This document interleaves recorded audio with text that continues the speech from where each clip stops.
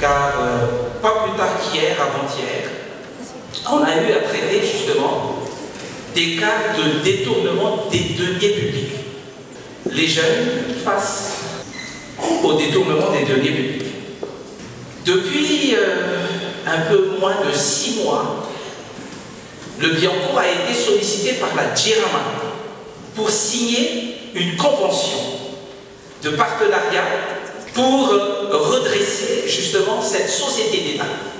Alors le Bianco s'est proposé volontairement de collaborer avec cette société d'État qu'on appelle Djirama.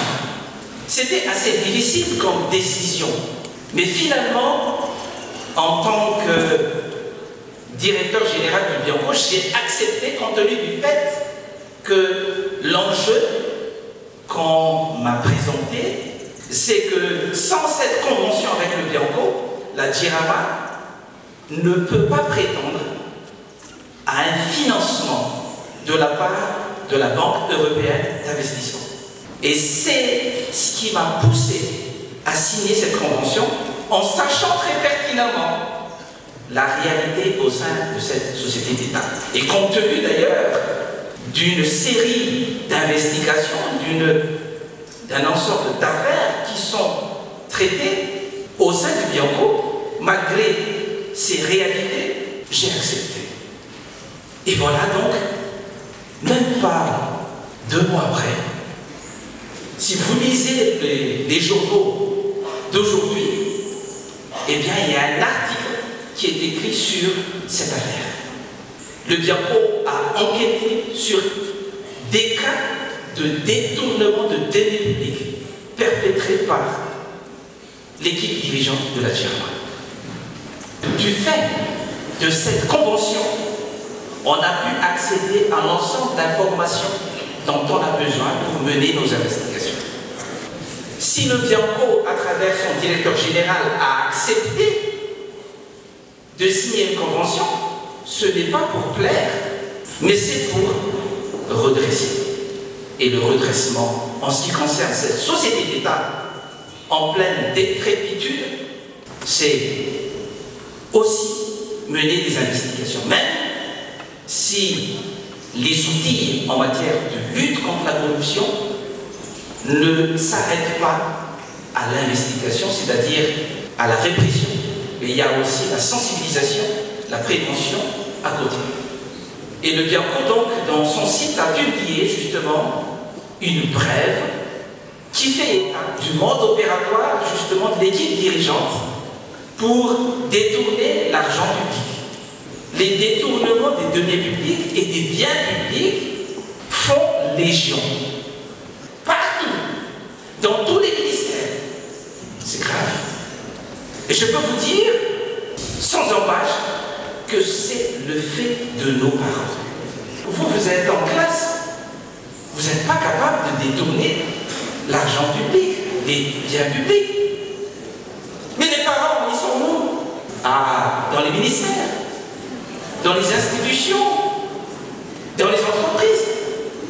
Raison de l'acceptation de m'adresser à vous aujourd'hui pour vous sensibiliser davantage sur les méfaits et sur les réalités que nous vivons.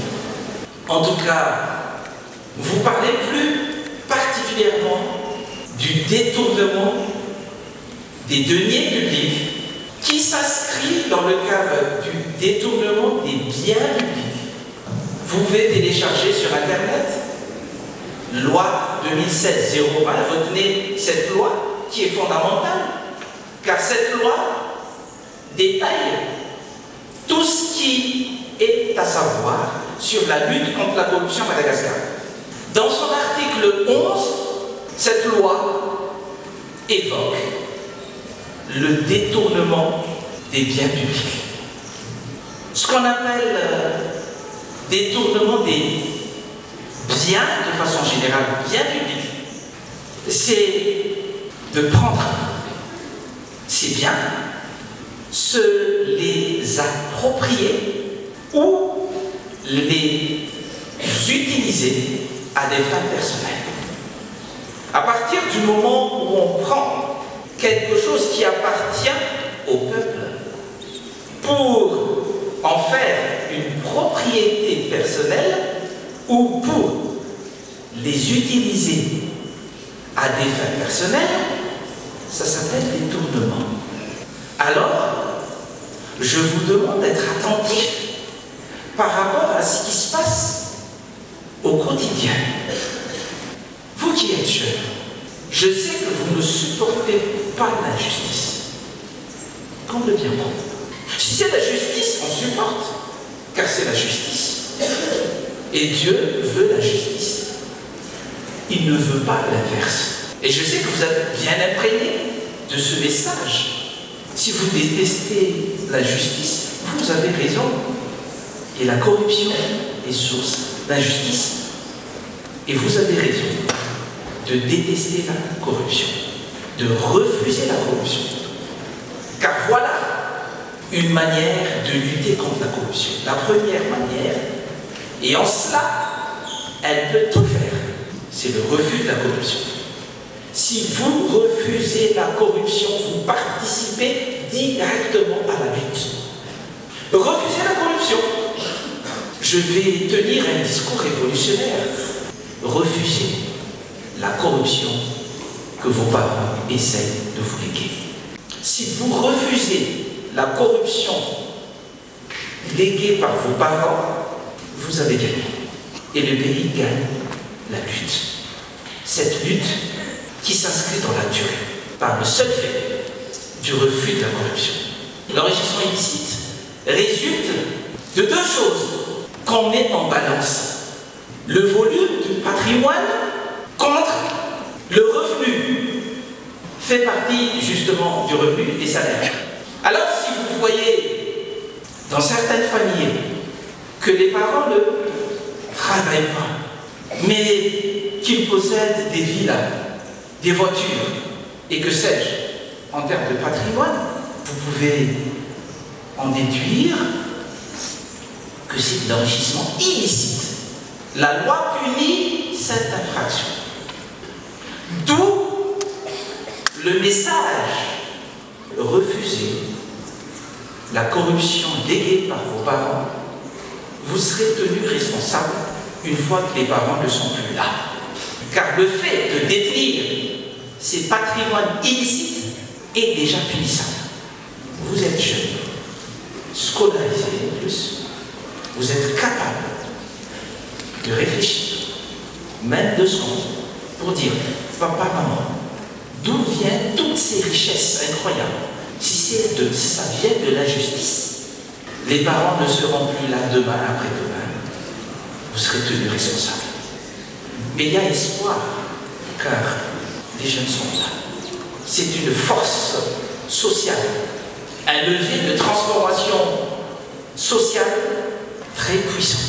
Nous, on croit aux jeunes. Raison de plus de les réseauter au sein de ce que nous, on appelle réseau d'honnêteté et d'intégrité. Réseau d'honnêteté et d'intégrité, ça dit tout. Honnêteté. Je pense que vous l'apprenez tous les jours au sein de cet établissement. Intégrité. Ah, vous apprenez tous les jours. Si on accepte et on respecte la discipline, si la loi vous interdit de vous enrichir illicitement, vous ne le faites pas. Mais n'ayez pas honte d'être trop bon.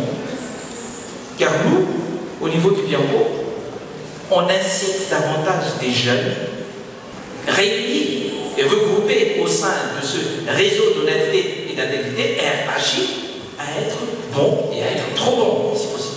Car ce seront les futurs responsables de demain. Les jeunes sont encore intacts. En parlant de la corruption, mais peut-être pas pour autre chose, mais en parlant de corruption, jusqu'à preuve du contraire, les jeunes ne sont pas touchés. À la limite, ils en sont victimes. Voilà pourquoi on essaie de les sensibiliser davantage pour refuser la corruption. Il s'agit, encore une fois, que le refus, la résistance face à la corruption est une preuve de lutte individuelle. Si vous le faites, on peut dire déjà que vous avez gagné.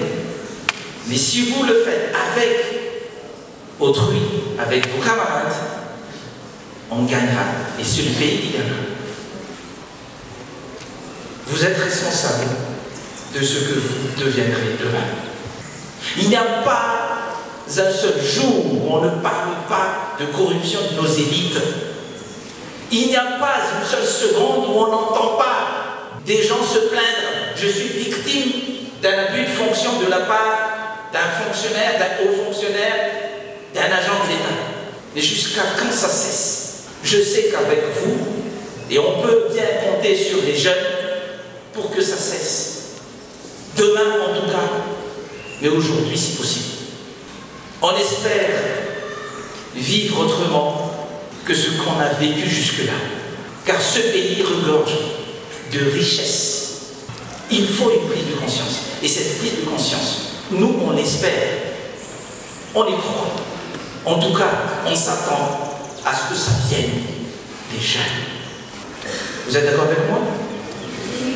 Vous êtes d'accord avec moi? Vous acceptez la corruption? Vous acceptez d'hériter de la corruption? Est-ce que c'est juste non ici ou c'est non là et non là? Non ici et non là. Bravo. On peut compter sur vous. Vous êtes nos ambassadeurs. On peut compter sur vous. Applaudissez vous-même. On peut compter sur vous. On n'accepte plus la corruption. Et si vous n'acceptez pas la corruption, vous refusez la corruption. Peu importe la forme qu'elle prend.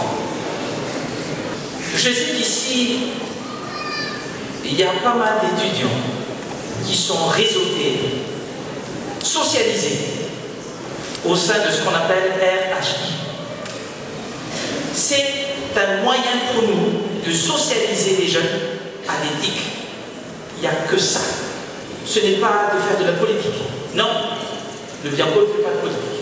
Les réseaux d'honnêteté et d'intégrité sont un moyen de socialisation des jeunes face à l'éthique pour que demain, ces jeunes-là vivent mieux qu'aujourd'hui.